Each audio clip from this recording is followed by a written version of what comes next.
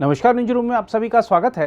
पूर्व केंद्रीय मंत्री शरद पवार ने कहा है कि वह बीजेपी को समर्थन नहीं दे सकते और विकासशील राजनीति की विचारधारा पर आगे बढ़ते रहेंगे।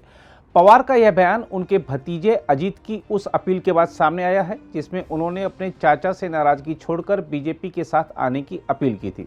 हम आपको बता दें कि महाराष्ट्र के उप मुख्यमंत्री अजित पवार ने अपने गुट में शामिल कई अन्य मंत्रियों के साथ मुंबई में रविवार को राष्ट्रवादी कांग्रेस पार्टी के अध्यक्ष शरद पवार से मुलाकात की थी। एनसीपी के दो फाड़ होने के बाद अजित पवार गुट और शरद पवार के बीच यह पहली बैठक थी। अजित पवार ने एनसीपी मंत्रियों हसन मुशर्रफ, छगन भुजबल, अदिति तटकरे और दिलीप वलसे पाटिल के साथ राज्य सचिवालय मंत्रालय के पास स्थित वाईबी चौहान केंद्र में शरद पवार से मुलाकात की थी। शरद पवार के नेतृत्व वाली एनसीपी के प्रदेश अध्यक्ष जयंत पाटिल और पार्टी नेता जितेंद्र आव्हाड भी वाईबी चौहान केंद्र में हुई इस बैठक में पहुंचे थे।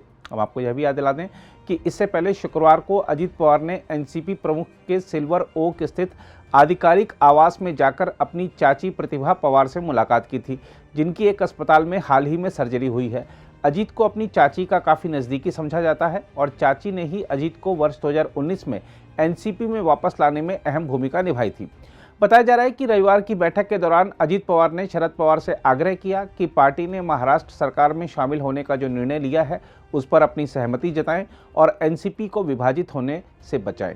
एनसीपी के अन्य मंत्रियों ने भी ऐसा ही आग्रह किया, लेकिन पवार ने चुप्पी साधे रखी। बैठक के बाद अजित पवार ने मीडिया से बातचीत में कहा भी था कि हमने शरद पवार जी को मनाने की कोशिश की, उन्होंने हमारी बात ध्यान से सुनी मगर कोई जवाब नहीं दिया। बैठक के दौरान सांसद प्रफुल्ल पटेल भी मौजूद थे। उन्होंने भी मीडिया से बातचीत में कहा था कि शरद पवार हम सबके लिए एक आदर्श की तरह हैं और वह आशीर्वाद लेने के लिए उनसे मिले थे।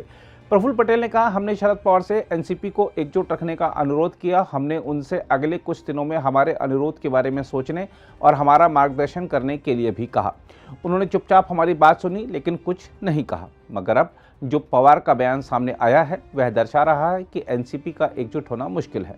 शरद पवार ने साफ कह दिया है कि बीजेपी का कभी भी समर्थन नहीं किया जा सकता। उन्होंने कहा है कि हमारी पार्टी अपनी विचारधारा से कभी नहीं डिगेगी।